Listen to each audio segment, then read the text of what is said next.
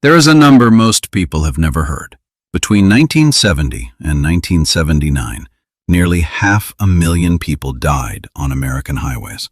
Not in a war, not in a famine, on the roads.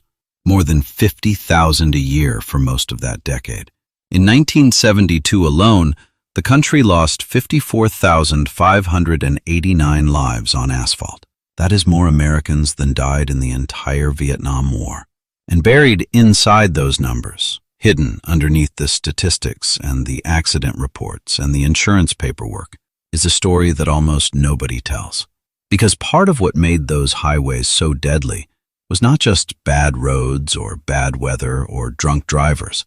Part of it was a secret competition, a culture of speed that ran through the veins of American trucking and spilled over into ordinary traffic and turned whole stretches of interstate into something closer to a racetrack than a public road. That culture had rules. It had legends. It had winners and losers. And the losers, more often than anyone wanted to admit, did not walk away. To understand how this happened, you need to understand what American highways felt like before the speed limit changed everything. Before 1974, there was no national maximum speed. None. The federal government had never told drivers how fast they could go on an interstate. States set their own limits, and some of those limits were generous. Parts of Montana had no daytime speed limit at all.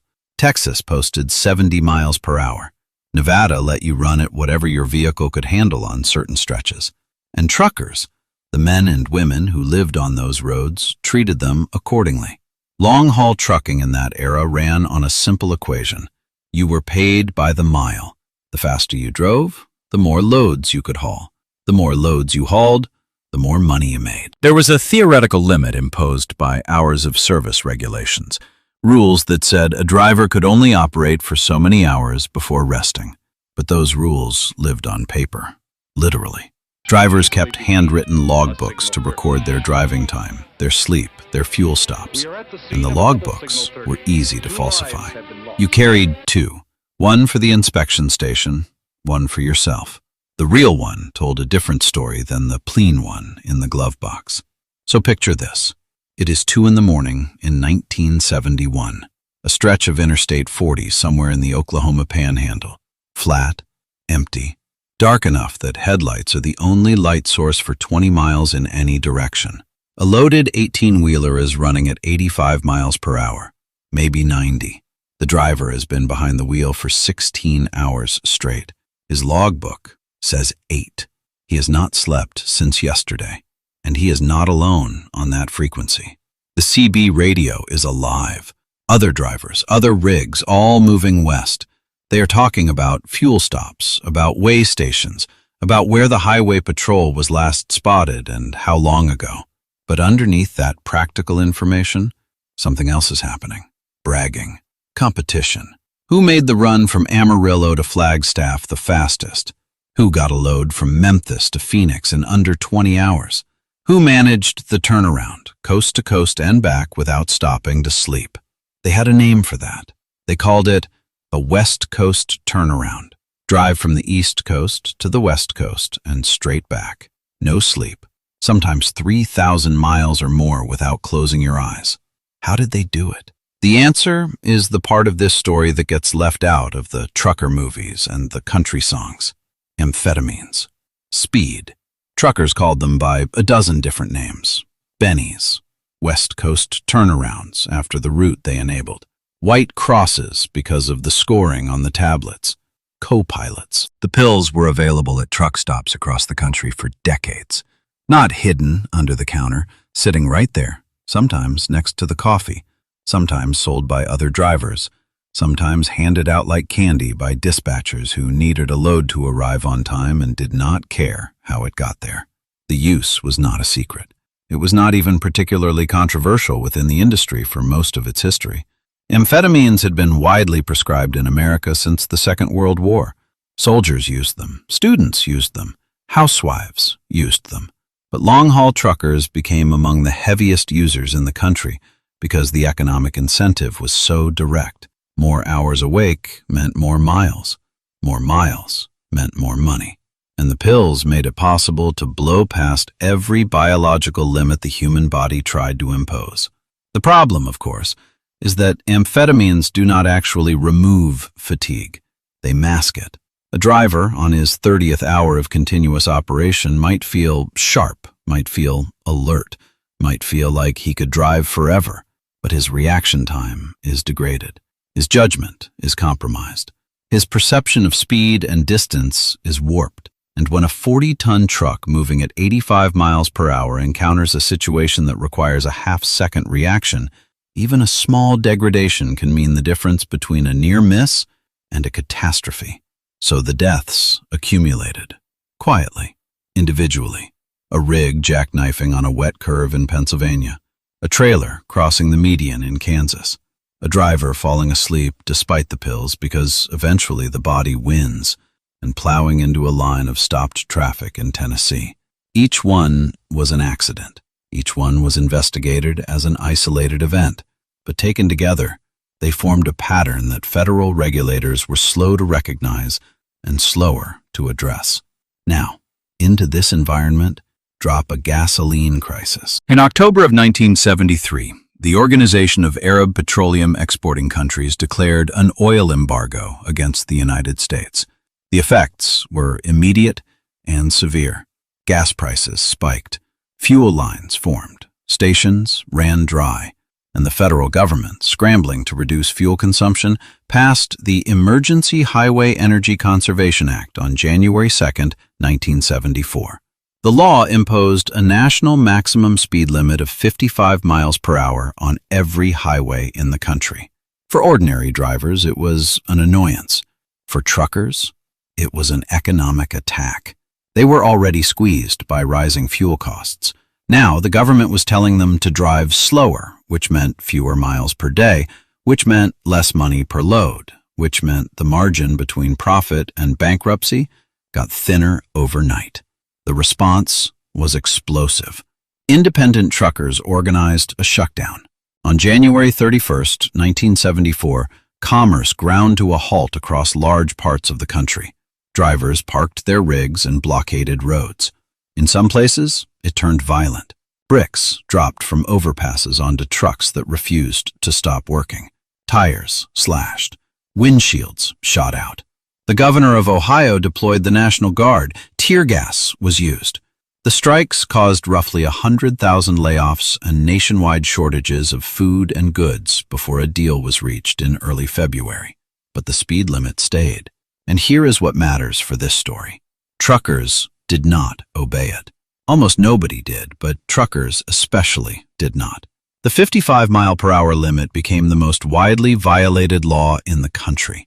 Some estimates suggest that on certain rural interstates, compliance ran below 15%. The law said 55. The actual flow of traffic ran 65, 70, sometimes higher. And the enforcement was inconsistent enough that the risk of getting caught was manageable, especially if you had friends on the CB who could tell you where the radar traps were. This is where the competition intensified, because now there was an enemy. The speed limit was the line, and crossing it was an act of defiance that the entire trucking culture endorsed. Convoys formed not just for solidarity but for strategy.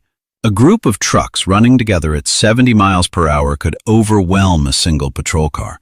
The cop could pull over one rig, maybe two, but the rest of the convoy would blow past. The math was simple. The more trucks in the group, the better the odds for each individual driver. CB radio made it all possible. On the open channel, you could hear the whole game in real time. A driver 30 miles ahead would call out a speed trap. Another would report a way station closing for the night, which meant the road ahead was open. Convoys would coordinate their speed, their spacing, their response to enforcement. It was organized, it was effective, and it was, by any honest measure, illegal. But here's the thing nobody talks about. Within that broader culture of defiance, a smaller and more dangerous competition was running. Informal, unspoken, but real. The contest was simple. Who could make the fastest run? Coast to coast, city to city, terminal to terminal. The measuring stick was time. How fast could you pick up a load on one end of the country and deliver it on the other? How many hours off could you shave? How long could you stay awake? How hard could you push? There were no trophies, no organizers, no starting lines, but there were bragging rights. And in the trucking world of the 1970s, bragging rights meant something. They meant you were the real thing. Not a company driver who clocked in and clocked out and did what he was told, but an independent, an owner-operator, a man who owned his own rig and ran his own business and answered to nobody but the road. The legends circulated on the CB. Someone made the run from Los Angeles to New York in under 40 hours. Someone else beat that by 2. Somebody claimed to have gone coast to coast and back in 4 days flat, and whether it was true or not, the story was enough, because the story was never just about the time. It was about the toughness, the willingness to push past limits that other people respected, the ability to survive on coffee, pills, and adrenaline while the highway unspooled endlessly in front of you.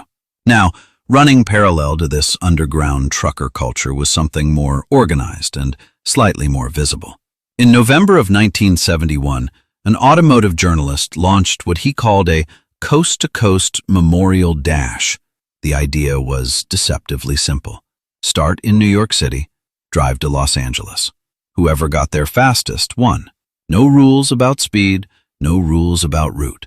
No sanctioning body, no permits, no safety inspections.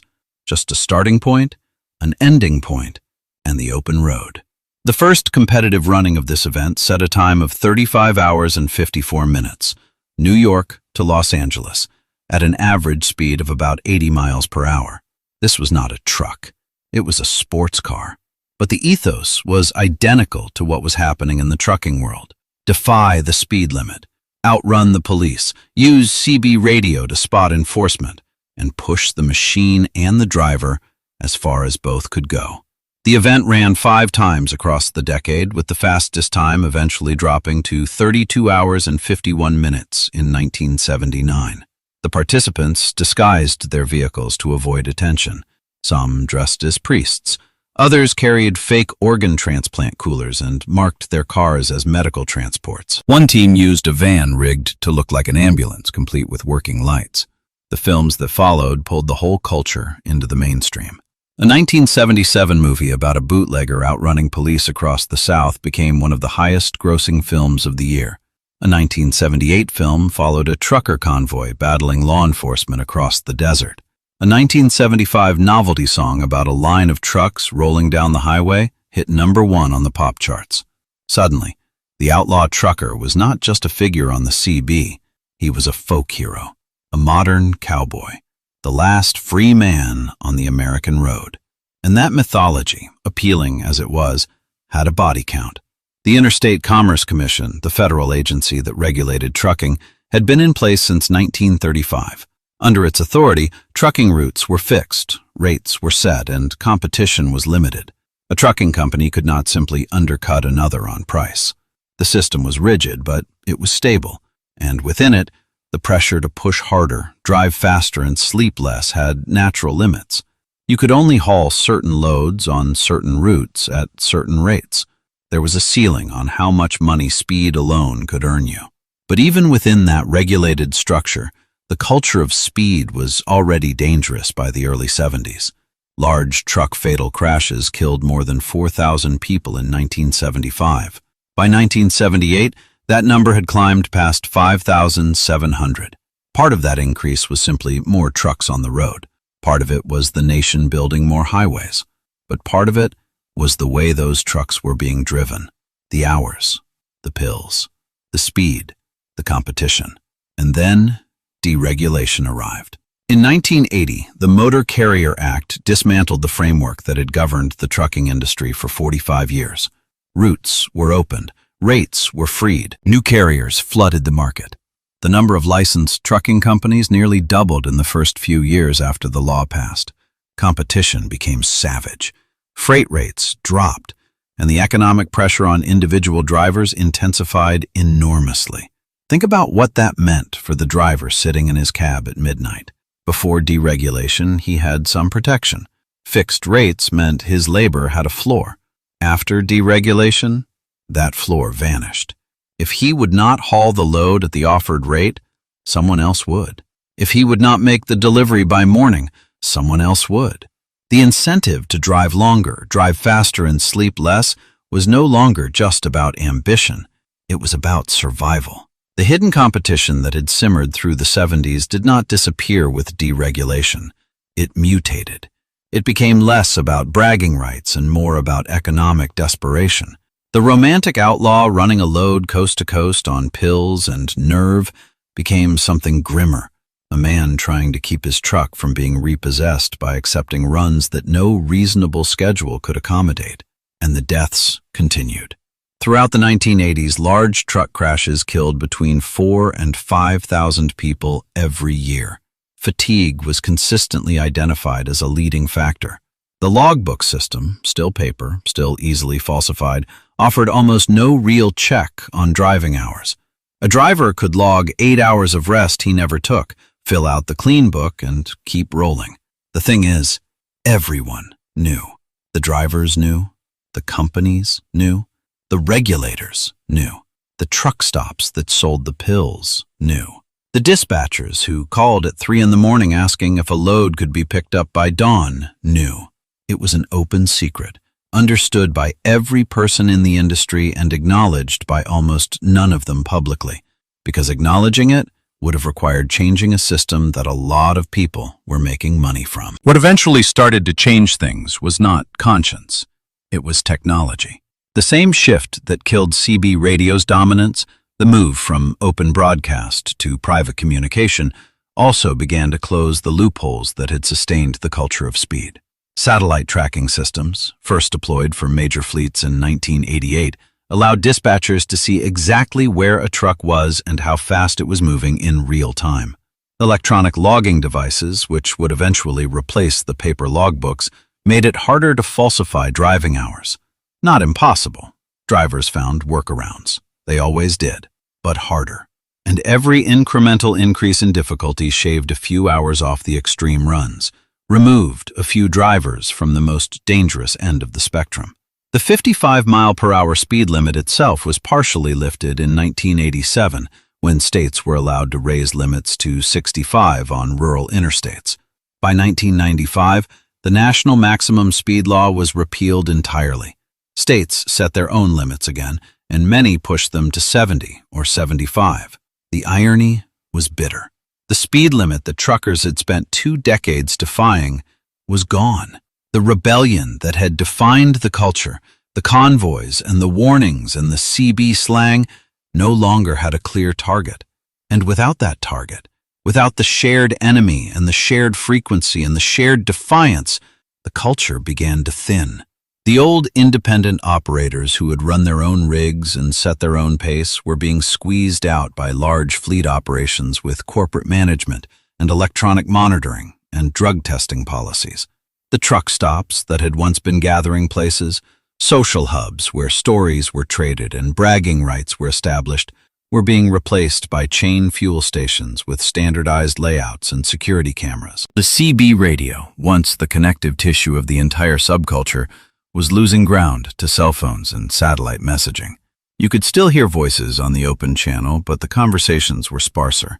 The legends were told less often. The competition, such as it remained, had moved to darker and quieter corners. What survived was the road itself. The same interstates that had been unofficial racetracks in the 70s were still there, still carrying freight, still stretching across the same flat Kansas plains and the same desert miles outside Flagstaff and the same Appalachian curves that had claimed so many rigs in the dark. The trucks were safer. The regulations were tighter. The monitoring was more pervasive. But the fundamental tension, the fact that a driver paid by the mile will always feel the pull to go faster, had never been resolved. It had only been managed. And every once in a while, someone still tried to run the old game. Coast-to-coast speed records continued to be attempted well into the 2000s, usually in fast cars rather than trucks, usually with elaborate countermeasures against law enforcement, radar detectors, laser jammers, aircraft spotters. The times kept dropping. 31 hours, 28 hours, under 26. The technology improved, the roads got busier, and the risk to the drivers attempting it, and to every other vehicle on those roads, remained enormous. But the original version, the version that ran on 18 wheels and amphetamines and paper logbooks and a CB radio crackling with voices at 2 in the morning, that era is closed. Not because anyone shut it down with a single law or a single raid or a single moment of enforcement. It ended the way most dangerous eras end, gradually, technologically. One driver retiring, one fleet installing tracking, one truck stop stopping the sale, one regulation closing one more loophole, until the system that had sustained it was too different to support it anymore. The numbers tell you what the stories do not. From 1970 through 1979, nearly 500,000 people died on American roads. Not all of them were killed by speeding trucks, not even most of them, but a meaningful fraction were. And behind each of those crashes, in many cases, was a driver who had been awake too long, driving too fast, on a road he knew better than his own living room, trying to beat a clock that nobody had officially started, but everybody understood. That is the part of the story that never made it into the songs. The trucker in the country ballad is always free, always rolling, always one step ahead of the law with a grin and a handle and a load of contraband that is charming rather than dangerous. But the real version had a cost. It was paid in crumpled guardrails and midnight phone calls and families who learned the hard way what a West Coast turnaround actually meant when the pills wore off and the reflexes finally failed. If someone in your family drove trucks in those years, they knew this world. They may have lived it. They may have been the one on the CB at 3 in the morning, listening for a voice to keep them company across a stretch of road so dark and flat it felt like driving across the bottom of the ocean. They may have been the one who carried 2 logbooks and never talked about it at home. Or they may have been the one who got the call. The highways are quieter now in the way that matters. The competition is mostly gone. The pills are harder to get.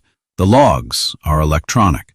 The rigs have governors that limit top speed, but somewhere tonight, on some empty stretch of interstate, a truck is running fast and a driver is awake longer than he should be, and the old math still holds.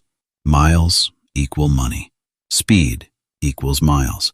And the road, indifferent as it has always been, does not care what anyone promised their family before they climbed into the cab. That is the story of the secret race that never had a name. It did not begin on a single day, and it did not end on one. It ran for decades, woven into the economics of an industry and the culture of a country that romanticized speed without counting the cost. And the echoes of it, faint but real, are still rolling tonight.